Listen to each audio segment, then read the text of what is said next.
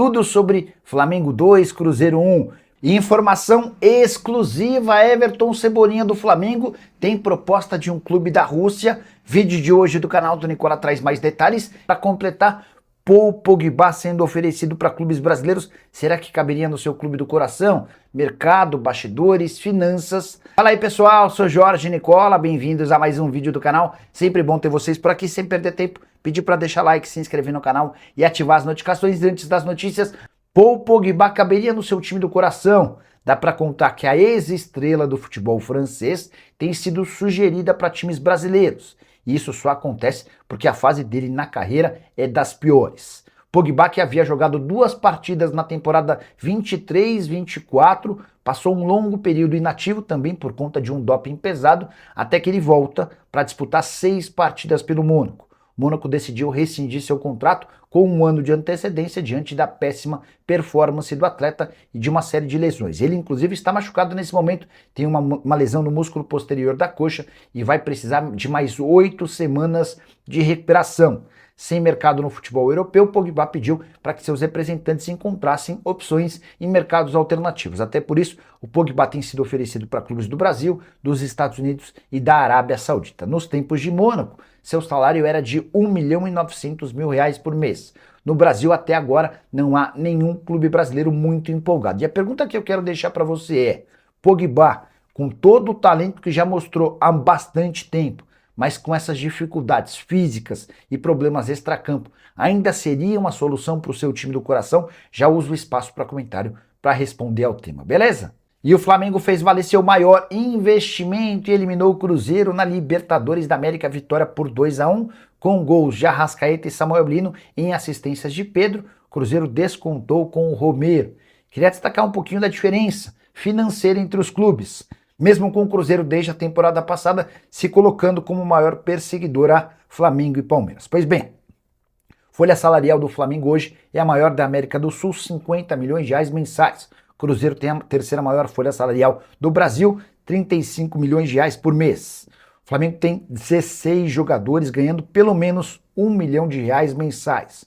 O Cruzeiro tem 7. Já o Flamengo tem um elenco avaliado em R$1.3 bilhão. A avaliação do elenco do Cruzeiro é de R$1 bilhão. O Flamengo arrecadou na temporada passada com receitas R$2.100 bilhões. Aqui talvez a maior diferença de todas, o Cruzeiro foi capaz de arrecadar apenas R$600 milhões. A gente está contando que o Cruzeiro precisa de 3 anos, quase 3 anos e meio para arrecadar o que o Flamengo arrecada em apenas uma temporada. Essa diferença se dá também, entre outras coisas, por conta dos direitos de televisão, que garantiram ao Flamengo R$602 milhões contra apenas R$176 milhões do Cruzeiro. A consequência de todos esses números, o Flamengo pôde se dar o luxo ontem de ter Paquetá, Carrascal, Bruno Henrique, Varela e Everton Araújo como atletas que entraram no segundo tempo. Paquetá, titular da seleção brasileira, Carrascal, peça importante da seleção colombiana, Bruno Henrique, um dos maiores artilheiros da história do Fla, Varela, jogador da seleção uruguaia, e Everton Araújo, que já teve proposta recusada do Leverkusen de 13 milhões de euros. Já Arthur Jorge acabou por nem fazer as 5 substituições, ele fez só 4, colocando João Costa, Fagner, Lúcio Rodrigues e Bruno Rodrigues, que é escorraçado pelo torcedor da Raposa. Deu a lógica, passou aquele que tem mais time. O Cruzeiro está em evolução, tem melhorado, é para mim um dos grandes favoritos ao título da Copa do Brasil ao lado do Palmeiras, mas no duelo contra Flamengo e Palmeiras, hoje o Cruzeiro ainda não pode ser considerado favorito. Ou você pensa diferente? O que você achou do jogo, da grande atuação do Arrascaeta, da enorme partida do Pedro? Já uso o espaço para comentário para opinar sobre o tema também, beleza? Informação exclusiva: o Krasnodar da Rússia tem negociações nesse momento com Everton Cebolinha. A ideia do time russo é contratar o Cebolinha nessa janela de transferências. Pode ser a última chance do Flamengo em recuperar algum dinheiro com o atacante, cujo vínculo se encerra em dezembro e que já anunciou que não permanecerá na Gávea. Ou seja, ou o Flamengo vende agora ou perde o jogador de graça. O Cebolinha, inclusive, já pode assinar um pré-contrato para se mudar para o Krasnodar ou para qualquer outro clube do Brasil ou do mundo a partir de 1º de janeiro. Cebolinha que é monitorado por muitos times importantes daqui, Cruzeiro, Atlético, Corinthians, entre outros, já manifestaram a intenção de fechar com o atleta, que está pedindo um caminhão de dinheiro. Hoje ele ganha R$1,5 milhão por mês no Fla, mas o fato de poder estar livre em dezembro faz com que ele sonhe em cifras superiores a R$2 milhões. Se o Krasnodar conseguir avançar na negociação, o Flamengo pode faturar entre 3 e 5 milhões de euros. Vale a lembrança de que o Cebolinha havia sido comprado do Benfica por 13,5 milhões de euros, mas na virada de 25 para 26, o Flamengo se viu obrigado a pagar mais R$1,5 milhão de euros ao Benfica, como previa o contrato. Na atual temporada, o Cebolinha soma 23 jogos, 3 gols e 1 assistência. Vale lembrar ainda que o Krasnodar, que tem interesse no Cebolinha, tentou a contratação de Gonzalo Plata, mas o rubro-negro recusou a oferta, no mesmo Krasnodar que levou nessa janela de transferências o meio-campista Christian do Cruzeiro por 10 milhões de dólares. Você, na pele do presidente do Flamengo, prefere perder o Cebolinha de graça em dezembro ou negociá-lo agora por 3, 4, 5 milhões de euros? O que você faria? Já usa o espaço para comentário e se posicione. Só não esquece de deixar like, de se inscrever no canal. E o Flamengo passou a ser o principal favorito ao título do Campeonato Brasileiro.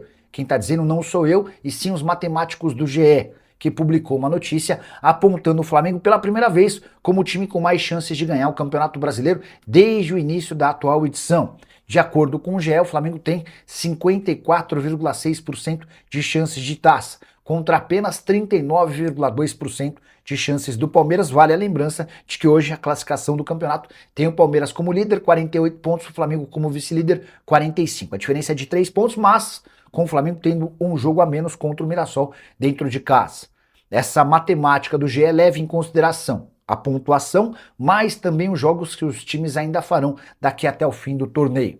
Atlético Paranaense com 4,3%, Fluminense com 0,8% e Cruzeiro com 0,4%. São os outros times ainda com chances matemáticas. Importante de registrar que o Flamengo chegou a ficar 25 pontos percentuais atrás do Palmeiras, naquela sequência em que o Palmeiras tinha 8 pontos de vantagem na tabela de classificação em relação ao rubro-negro. Você concorda com os matemáticos? Hoje, o Flamengo é o grande candidato ao título, e esse número de quase 55% de chances pro Flamengo contra quase 40% de chances pro Palmeiras condiz com o que você pensa? Use o espaço para comentário e dê uma de matemático, colocando as possibilidades de títulos para os dois principais favoritos. Se falei sobre chances de título, bora te atualizar sobre as chances de rebaixamento, também levando em consideração os números dos matemáticos do GE.